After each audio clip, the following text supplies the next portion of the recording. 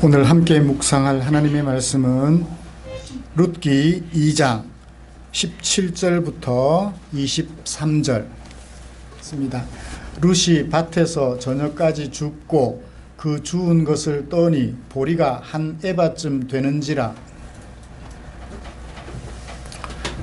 우리는 두 주에 걸쳐서 남자만 바라보고 살았던 나오미라는 나이 많은 부인의 이야기를 살펴보았습니다. 남편만 바라보고 남편이 이끄는 대로 살았던 나오미였죠. 이리 가자 하면 이리 가고 저리 가자 하면 저리 가는 그런 나오미였습니다. 남편이 죽은 뒤에는 두 아들만 바라보고 살았습니다. 같은 하나님의 백성으로서 남편이 결정하는 일에 대하여 이의를 제기할 수도 있었고 태클을 걸 수도 있었지만 이런 방구 조언하지 않고 남편이 하자는 대로 따라갔습니다. 두 아들이 하나님의 경고를 무시하고 모압 여인들을 아내로 맞아 결혼하고자 할 때 하나님의 백성으로서 이방인과 결혼하는 것을 금했다는 하나님의 율법을 익히 잘 기억하고 있었을 텐데 거기에 대하여서도 나오미는 이런 반구 조언하거나 태클을 걸지 않았습니다. 그렇게 하면 안 된다는 얘기를 한 적이 없었어요. 오직 남자들이 하는 대로 지켜보고 따르기만 했던 것입니다.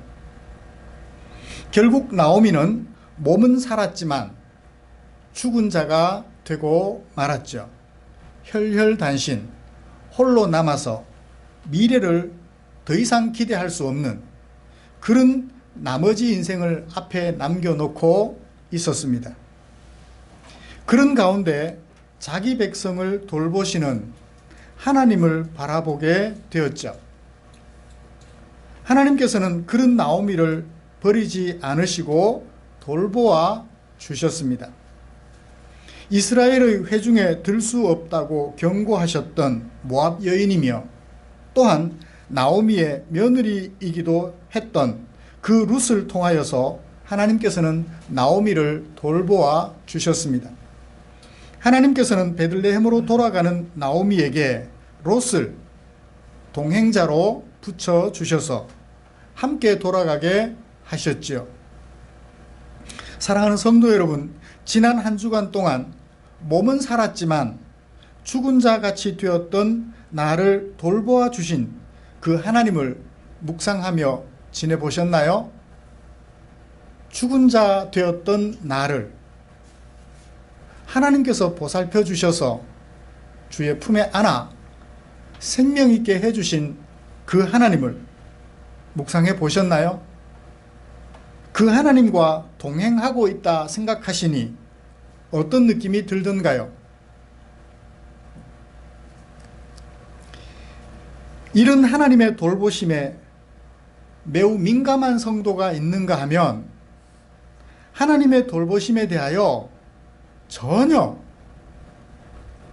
민감하지 못하고 오히려 둔감한 그런 성도들도 있는 것 같습니다. 오늘 우리가 함께 읽어본 이 나오미라는 나이 많은 과부는 매우 민감해서 하나님의 돌보심을 바라보게 된 성도 중에 한 사람이라고 할 수 있을 것입니다. 처음에는 하나님의 돌보심에 대해서 민감하지 못했지만 혈혈단신 홀로 남게 되었을 때, 바라볼 것이 없게 되었을 때 이제 하나님의 돌보심만 바라며 하나님의 돌보심에 대하여 매우 민감하게 반응하며 나머지 인생을 다시금 나오미라는 이름 그대로 희락의 생활을 할 수 있었던 것입니다. 오늘도 여전히 우리를 돌보시는 하나님께 감사하며 함께 모여서 예배드리며 하나님의 돌보심에 대하여 민감하여지기를 원하는 우리를 위해서 하나님께서는 룻기 2장 17절부터 23절까지 말씀을 주셨습니다. 저는 이 말씀을 가지고 하나님을 바라보는 나오미라는 제목으로 설교하고자 합니다. 이미 본문의 내용은 지난주에 말씀을 드렸습니다. 하나님의 자기 백성을 돌보셨다라는 소식을 듣고 1장 6절 베들레헴으로 돌아오지요. 베들레헴으로 돌아온 나오미와 룻의 베들레헴 생활에 대하여 지난주에 간략하게 살펴보았습니다. 하나님께서는 나오미와 룻을 어떻게 돌보아 주셨나요? 룻의 걸음을 보아스의 밭으로 인도하시고 이삭을 주어 그날 하루는 물론이요 추수가 끝날 때까지 생계를 꾸려가게 하신 하나님의 돌보심을 우리는 살펴본 적이 있습니다. 며느리 룻은 시어머니 나오미에게 하나님의 백성으로서 생사를 함께하는 운명 공동체가 될 것을 다짐했습니다. 어머니가 가시는 곳에 나도 가고 어머니가 죽으시는 그곳에서 나도 죽어 장사될 것이며 어머니의 백성 나의 백성, 어머니의 하나님이 나의 하나님이 될 것입니다. 그렇게 고백했었지요. 그리고 함께 베들레헴으로 돌아왔습니다. 나오미는 자기 백성을 돌보시는 그 하나님에 대한 소문을 듣고 베들레헴으로 돌아왔습니다. 그런데 여러분 생각해 보세요. 돌아오기는 했지만 막상 너무 막막한 거예요. 1, 2년 정도 모압에 가서 산 것도 아니고 10년이 넘는 세월을 살았어요. 그러니 너무 막막한 거예요. 거기다가 추수기에 돌아왔으니 농사를 시작할 수도 없고 얼마간은 그냥 막연하게 기다려야만 하는 안타까운 상황이었습니다. 당장 먹고 살아갈 생계가 걱정이며 과부 둘이서 살아갈 앞날이 걱정이었기 때문이죠. 그러던 중에 며느리 룻이 당장의 생계를 위하여 먹을 것을 준비하려고 시도하였습니다. 베들레헴으로 돌아왔을 때가 바로 보리를 추수하는 시기였죠. 그래서 룻은 추수밭에 가서 떨어진 이삭을 주울 계획을 세우는 것으로 첫 출발을 시작합니다. 다른 선택의 여지가 없었죠. 어디 가서 품이라도 팔았으면 좋겠는데 여성의 몸으로 추수기에 추수하는 밭에 가서 품 팔 수도 없어요.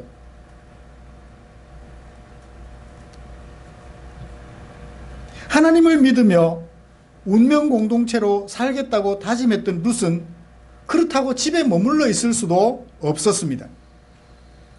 그래서 보리 추수하는 밭으로 발걸음을 옮겼지요. 우연히 당도한 곳은 베들레헴에서 유력한 사람 보아스의 밭이었습니다. 그리고 하필 그날 밭주인 보아스가 추수하는 보리밭에 출동했죠. 룻은 우연히 당도한 보리 추수를 하는 보아스의 밭에서 하루 종일 이삭을 주었습니다. 저녁 무렵 가벼운 발걸음으로, 그렇지만 결코 가볍지 않은 발걸음으로 룻은 시어머니가 계시는 집으로 돌아왔습니다.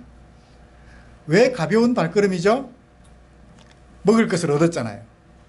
그런데 결코 가볍지 않은 발걸음이에요. 왜 그런가요? 줍기만 했으면 되는데 일부러 보아스의 지시를 따라 추수하는 일꾼들이 이삭을 흘려놓았기 때문에 주운 것들이 많았어요. 주운 것이 대략 얼마나 되더라 탈곡을 해보니까 한 에바쯤 되더라. 한 에바라는 얘기를 오늘날 이제 단위로 환산해 보면 약 22리터, 한 말하고 한 대쯤 돼요.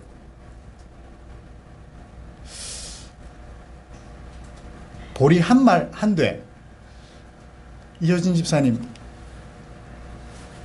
머리에 이거나 등짐을 지면 가볍지는 않겠죠? 그래서 많은 곡식을 얻어서 마음은 가벼운데 그걸 등짐을 지고 있다 보니까 몸은 가볍지 않은 발걸음으로 집으로 돌아왔던 것입니다. 그리고 시어머니에게 그날 있었던 일들을 보고합니다. 여러분, 나오미는 하나님께서 자기를 돌보아 주실 것을 어떻게 알게 되었을까요? 룻이 보고해 주지 않았다면 이 나오미는 하나님께서 자기를 돌보고 계신다는 사실을 전혀 알 수가 없었습니다. 룻이 보고를 해 주었기 때문에 하나님이 자기를 돌본다는 사실을 알게 되었던 것이죠. 하나님께서 이스라엘 백성들을 돌보아 주셨다는 것은 누구라도 쉽게 알 수 있습니다. 왜요? 추수할 거리가 없는 그 땅에 추수할 거리가 생겼다라면 어느 한 집만 그럴까요? 동네 전체가 그렇죠. 어쩌면 나라 전체가 추수할 거리가 있었다는 그런 얘기로도 이해할 수 있기 때문입니다. 그러므로 덩치가 큰 한 민족을 돌보아 주셨을 때는 누구라도 쉽게 알아챌 수 있어요. 그렇죠?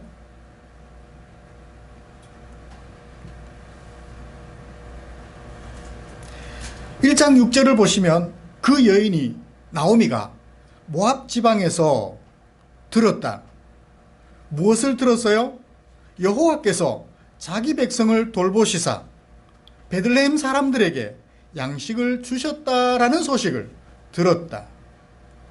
나오미에게 들려질 정도면 그 주변에 있던 일대의 모든 사람들이 다 들을 수 있죠. 하나님 자기 백성들을 돌보셨구나 알아볼 수가 있습니다.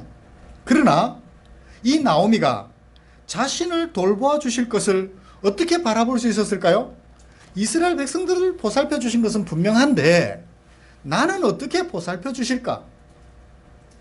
여러분 생각해 보세요. 혈혈단신 나이 많은 과부예요.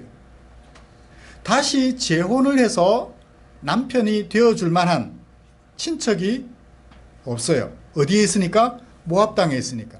이스라엘 땅에 간다 하더라도 쉽지는 않아요.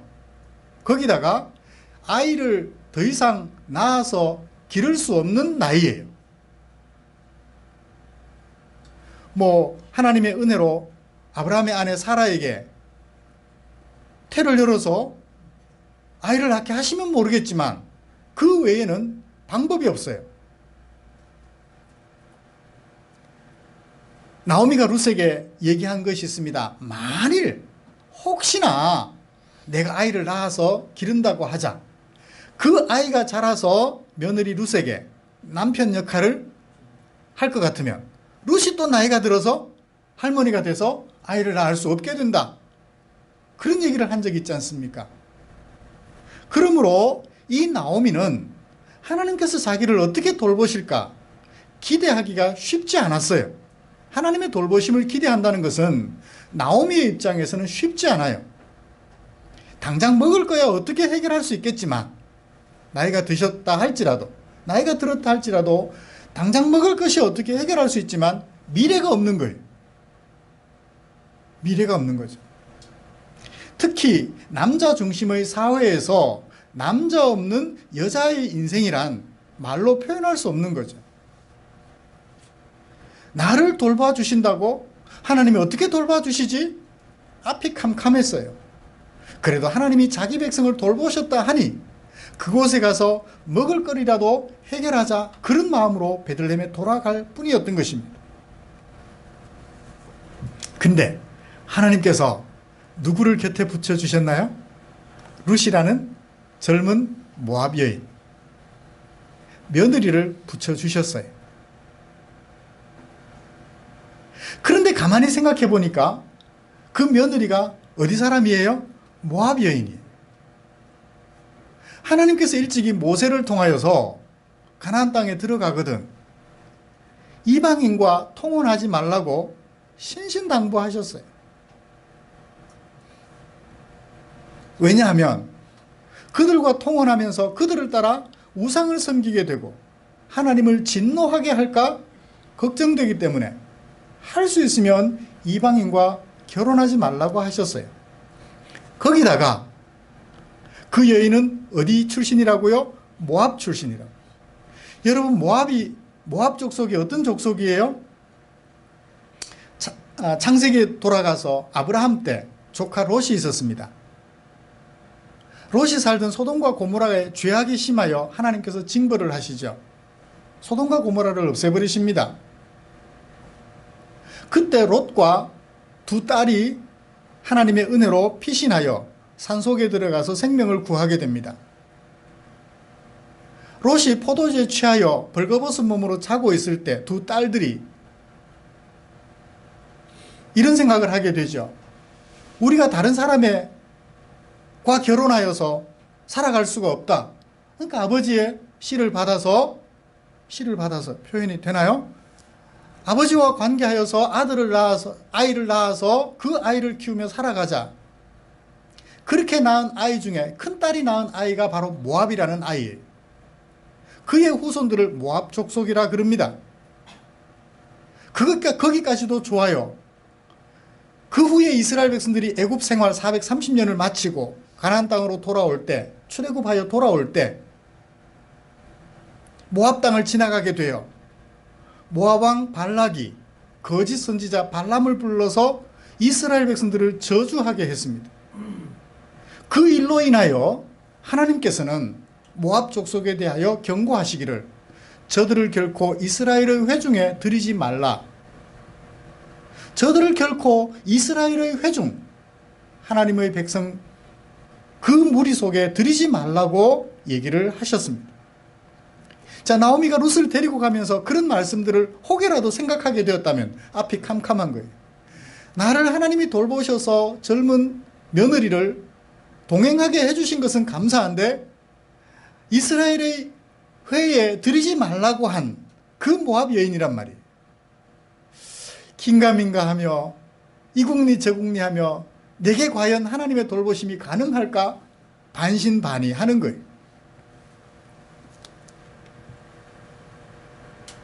그런데 이제 베들레헴으로 돌아와서 룻이 하루 종일 이삭을 주워가지고 어떻게 해주나요? 자기의 먹을거리를 해결해 주고 있어요.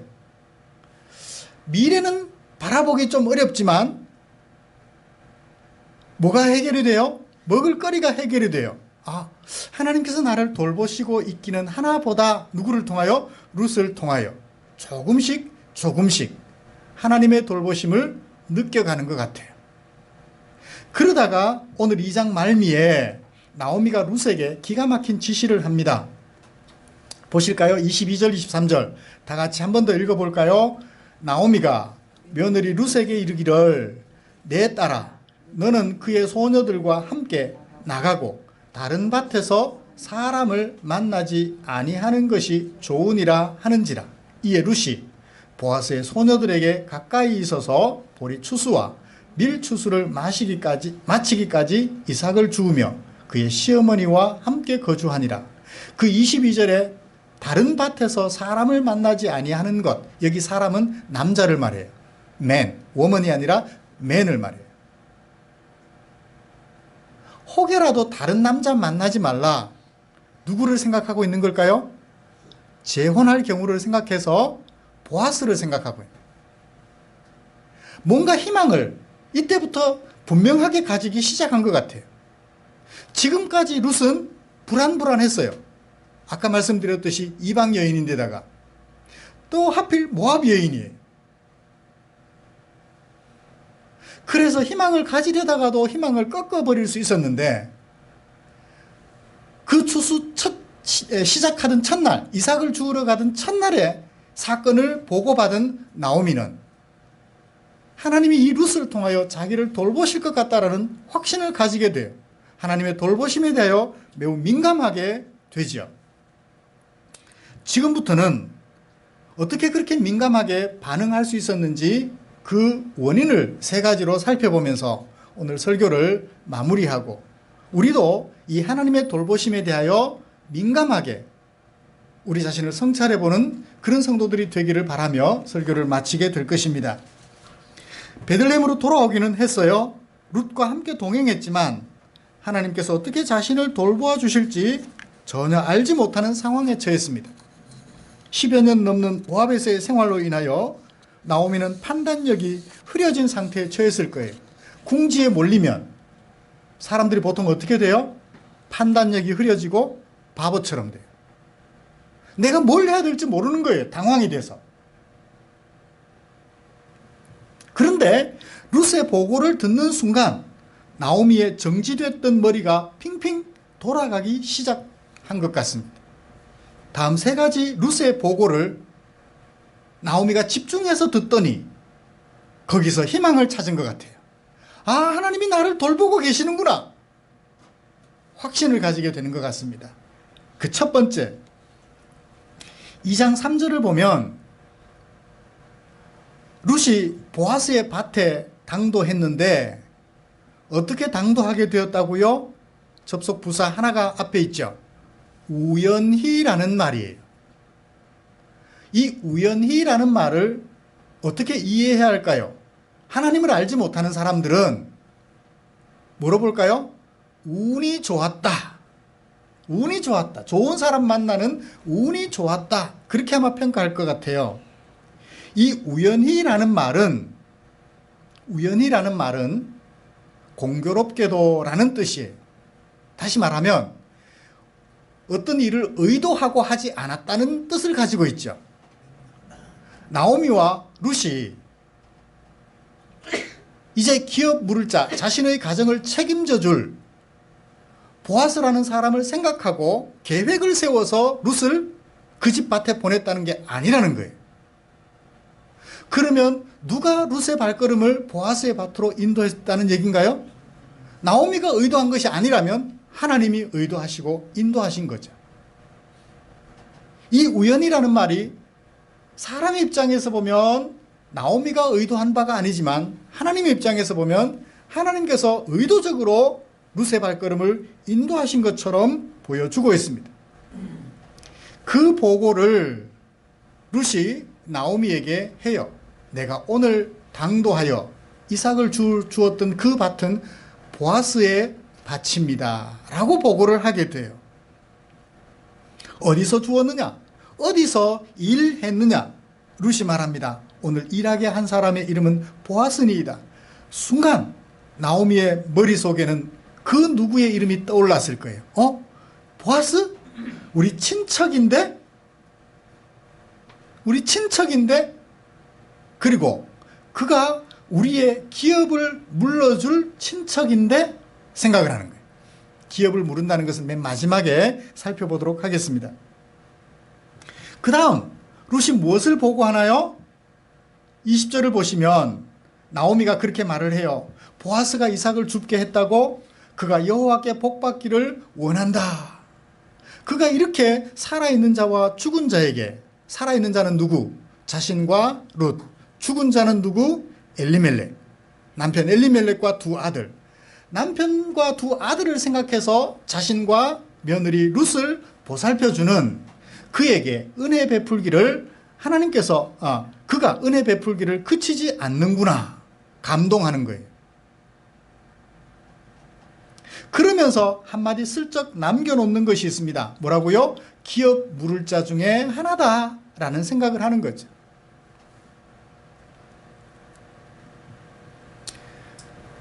이 보아스가 기업 물을 자 중에 한 사람으로서 보리 이삭을 줍되 얼마나 줍게 해서요? 한 에바, 한 말 한 대나 줍게 배려해 주었다, 선대해 주었다, 의도성을 발견한 것 같아요.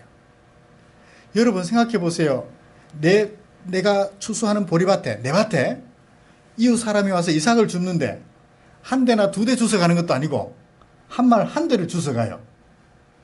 주인 입장에서 그거 좀 놔두고 가시오라고 말하고 싶지 않을까요?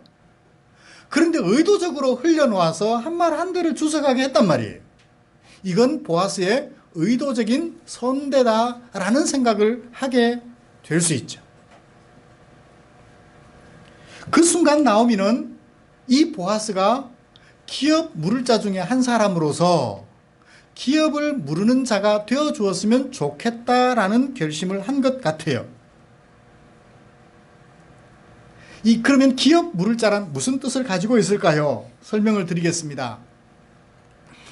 이스라엘 나라에 두 가지 법이 있었습니다. 하나는 형이 결혼하여 아내를 맞았는데 후손이 없이 죽으면 그 동생이 형과 결혼하여 아이를 낳게 해줘요. 그러면 첫아들은 누구의 아들이 되고 형의 아들이 돼요. 그래서 형의 기업을 물러주는 거예요. 형이 경작하던 땅을 이 동생이 형수와 결혼하여 낳은 첫 번째 아들에게 상속시켜주는 거죠. 그리고 형의 이름이 땅에서 끊어지지 않게 해주는 역할이 이 동생 또는 가까운 친척이 해요. 형제간이 없으면 가까운 친척이 그 역할, 친척 남자가 그 역할을 해줘야만 합니다. 이걸 형사취수혼이라고 그래요. 결혼제도인데 특이한 결혼제도예요. 형이 죽으면 동생이 형수를 취하여, 물론 자기 아내가 있을 수도 있죠. 있어도 그 형수를 취하여서 결혼해가지고 아이를 낳게 해주고 그 첫 아이를 남편, 그 형수의 남편, 형의 이름을 땅에서 끊어지지 않도록 해주는 역할을 감당하는 그런 사람을 기업 물을 자라고 해요. 두 번째는 하나님께서 이스라엘 백성들에게 땅을 분배해 주셨어요. 그런데 살다가 보면 가난할 수 있잖아요. 가난해질 수 있잖아요. 그러면 먹고 살기 위해서 어떻게 해요? 그 땅을 팔 수 있어요. 본래는 하나님께서 분배해 주신 땅을 팔지 못하게 돼 있어요. 분배해 준 그 땅을 그 가문에서 대대로 상속하여 경작하게 하는 것이 하나님의 뜻이었습니다. 그런데 가난하여서 팔 수밖에 없을 때는 어떻게 할까요? 팔아야죠 뭐. 그렇게 팔았을 때 가까운 친척이 그것을 되사서 그 땅을 팔아버린 원주인에게 되돌려줘야 해요. 왜 그런 법이 생겼느냐 하면 형제가 가난하게 될 때 전혀 남남인 이웃에게 그 형제, 가난해진 형제를 돌아보도록 하게 하시는 것이 아니라 가까운 친척이 먼저 그 가난한 자를 돌보라는 뜻으로 기업 무르는 율법을 하나님께서 이스라엘 백성들에게 주셨던 거예요. 사촌이 가난해서 밭을 팔았으면 내가 그 밭을 사서 그 사촌에게 다시 되돌려주는, 이것이 기업 무르는 자의 두 번째 역할입니다. 자손이 없을 때는 결혼하여 자손을 낳아 그 형제의 이름이 끊어지지 않게 하는 첫 번째 역할, 두 번째 역할은 땅을 되사서 본 주인에게 되돌려주는 역할. 이 두 가지가 기업 물을 자의 역할이었습니다. 나오미와 엘리멜렉이 모압으로 내려가면서 땅을 팔아버리고 갔어요. 또는 남겨두었다 하더라도 지금 팔아야만 먹고 살 수 있으니까 팔아야 할 상황에 처한 거죠. 팔아버렸든지 팔아야 할 상황에 처했습니다. 여기에 대해서 학자들이 이렇게 얘기하는 사람도 있고 저렇게 얘기를 하는 사람도 있는데 좀 어렵습니다. 왜냐하면 거기에 대해서 자세하게 말하고 있지 않기 때문에 그렇습니다. 어떻든 그건 사장에 가서 다시 살펴보기로 하고요. 이 보아스가 바로 그런 역할을 해줄 사람이라는 거예요. 자, 자식도 없이 남편들이 죽어버렸어요. 두 아들들이 죽었어요. 거기다가 땅도 팔아버렸거나 팔아야 할 상황이에요. 그러면 그 땅, 팔아버려야 할 땅, 또 팔아야 할 땅 또는 팔아버렸던 그 땅을 되사주고 룻으로 하여금 아이를 낳아서 자기 아들 말론의 이름을 대물림하게 될, 동생 기련이야 그 부인, 모압 여인 부인이 아예 모압 땅에 가버리고 이혼을 했으니까 끝이 나버렸어요. 그건 어떻게 할 수가 없어요. 부인이 없이 죽었으니까. 총각으로 죽은 것과 같죠. 어쩔 수 없어요, 거기는. 그렇지만 룻은 남편을 여전히 남편으로 인정하는 사람으로서 보아스가 그 기업을 무르게 해줄 만한 친척이라는 거죠. 1순위 가까운 친척이 있기는 있어요. 보아스는 2순위예요. 그 이상은 없습니다. 이 두 사람이 기업 무르지 못하겠다 하면 이웃이 어쩔 수 없이 보살펴 줘야 돼요. 나오미는 그걸 생각한 거예요. 보아스가 기업 물을 자인데 2순위이긴 하지만 기업 물을 자다. 그가 우리 가정을 이렇게 선대해 주고 있고 그런 보아스를 만나서 미래를 계획할 수 있도록 하나님이 누구를 동행하게 해주셨어요? 며느리 룻을 동행하게 해주셨어요. 비록 모압 여인이기는 하지만 뭐 하나님께서 부르신다면 애굽 사람인들, 그죠? 모압 여인이라 이스라엘 회에 들지 말라고 하신 것은 그들은 구원 못 받는다라는 뜻이 아니라는 것을 알고 있거든요. 그래서 룻을 통하여, 보아스를 통하여 하나님께서 나를 돌보아 주시겠구나 확신을 가지게 돼요. 그래서 마지막에 나오미가 룻에게 지시를 하게 된 겁니다. 추수 끝날 때까지 다른 밭에 절대 가지 말고 다른 남자들은 눈도 마주치지 마라. 누구만 생각해라? 보아스만 생각하고 있거라 하고 나오미가 희망을 보게 돼요. 하나님께서 이렇게 나를 돌보시는구나 조금씩 느껴가요. 3장에 가면 하나님께서 보아스와 룻을 통하여 나를 돌보실 것을 확실하게 신뢰하고 이제 구체적인 계획을 세워서 이행을 하게 되지요. 사랑하는 성도 여러분, 이쯤에서 오늘 설교를 마무리하려고 합니다. 우리 하나님은 전체 이스라엘 백성들을 돌보시기도 하지만 저기 자기 나라를 떠나서 하나님의 약속의 땅을 떠나서 멀리 가서 죽은 자같이 된 과부 나오미 한 사람조차도 버려두지 아니하시고 그를 보살펴 주시는 그분이 누구시라고요? 나오미의 하나님이었어요. 그분이 누구의 하나님? 우리의 하나님이세요. 이 하나님께 대하여 우리가 좀 민감했으면 좋겠습니다. 하나님은 한순간도 우리에게서 시선을 떼지 아니하시고 하나님은 당신의 손을 펼쳐서 우리를 돌보시는데 한순간도 놓치지 않으셔요. 우리가 주님을 향하여 도움의 손길을 내밀기만 하면 하나님께서는 당신의 손을 펴서 우리를 돌보아 주신다라는 사실을 한순간도 잊지 않고 살아가는 주의 성도들 되시기를 주님의 이름으로 축복합니다. 기도하겠습니다. 하나님 아버지 고맙습니다.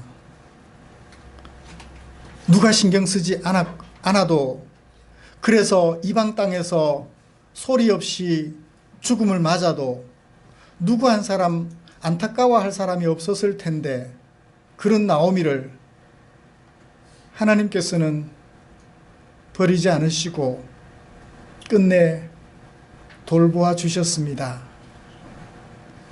그 하나님께서 나를 돌보아 주셨기에 그 하나님께서 우리를 돌보아 주셨기에 여기 이 자리에 저와 우리 성도들이 함께 앉아 하나님 앞에 머리를 숙였습니다. 우리가 드리는 예배를 주께서 받으시옵고 우리가 드리는 감사를 주께서 받으시옵고 나오미를 보살펴 그 미래를 희망 있게 하셨듯이 우리를 보살펴 우리의 미래가 더욱 희망 있게 하여 주시옵소서. 예수님의 이름으로 기도드리옵나이다. 아멘.